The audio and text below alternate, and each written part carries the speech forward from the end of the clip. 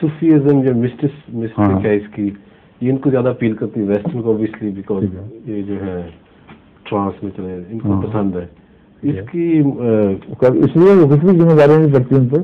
جی موضوع ہے فیک بادشاہ ہے. لیکن اسلام میں کیسے وہ بھی تو یوگا بھی پسند کرتے ہیں اور چمٹے بجانا بھی پسند کرتے ہیں. ہر وہ چیز جس میں انسان کو اپنی زندگی کسی بالا ہستی کی خاطر تبدیل نہ کرنی پڑے وہ آسان ہے.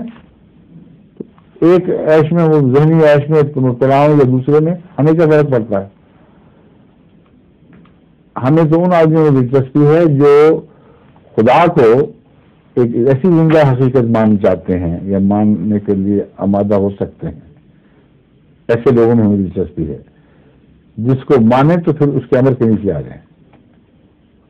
اور صوفی ان کو کسی دوسرے کے امر کے نیچے نہیں لاتا. اسی طرح آزادی ہے. چمٹے بجاؤ تصورات کی دنیا میں کہیں سے کہیں پہنچ جاؤ، واپس اسی جگہ پہنچ جاؤ جہاں پہلے تھے. کوئی تبدیلی نہیں، کوئی طرح کردار کی تبدیلی نہیں، کوئی اخلاقی ایسی تبدیلی نہیں جسے بنی نوع انسان کو فائدہ پہنچے. کوئی جہاد نہیں ہے اس میں.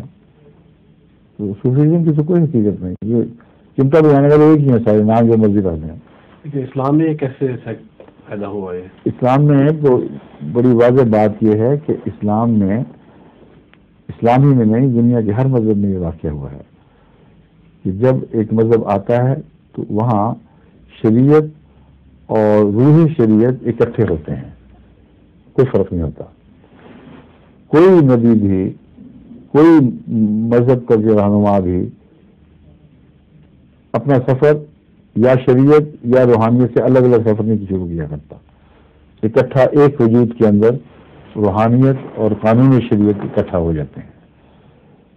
جب معاملہ آگے بڑھتا ہے تو کچھ لوگ جو تقویٰ کی روح سے ذرا خالی ہونے لگتے ہیں، ان کے اندر نفس پرستی، دکھاوا اور ظاہر پرستی غالب آنے لگتی ہے.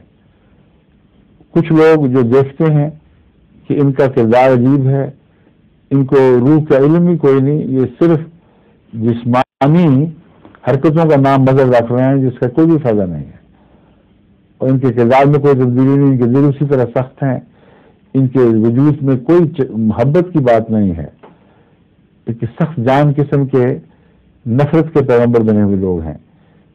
ایسے لوگوں سے ان کے دلوں میں نفرت پیدا ہوتی ہے. پھر یا تو وہ دہریہ ہو جائیں گے یا مذہب میں ڈوب کر یہ سوچیں گے کہ اصل مذہب تو اللہ کی محبت میں ہے، اللہ کی یاد میں ہے، جس سے روح کے اندر پاکیزگی پیدا ہو، روح کے اندر تر و تازگی آئے. یہ تصور لے کر وہ پھر صوفیزم کی طرف مائل ہوتے ہیں. لیکن ابتدائی صوفی آغاز والے کبھی بھی شریعت کو نہیں چھوڑتے. ان کا ایمفیسس بڑھ جاتا ہے روح کی طرف، لیکن شریعت اپنی جگہ اسی طرح قائم رہتی ہے.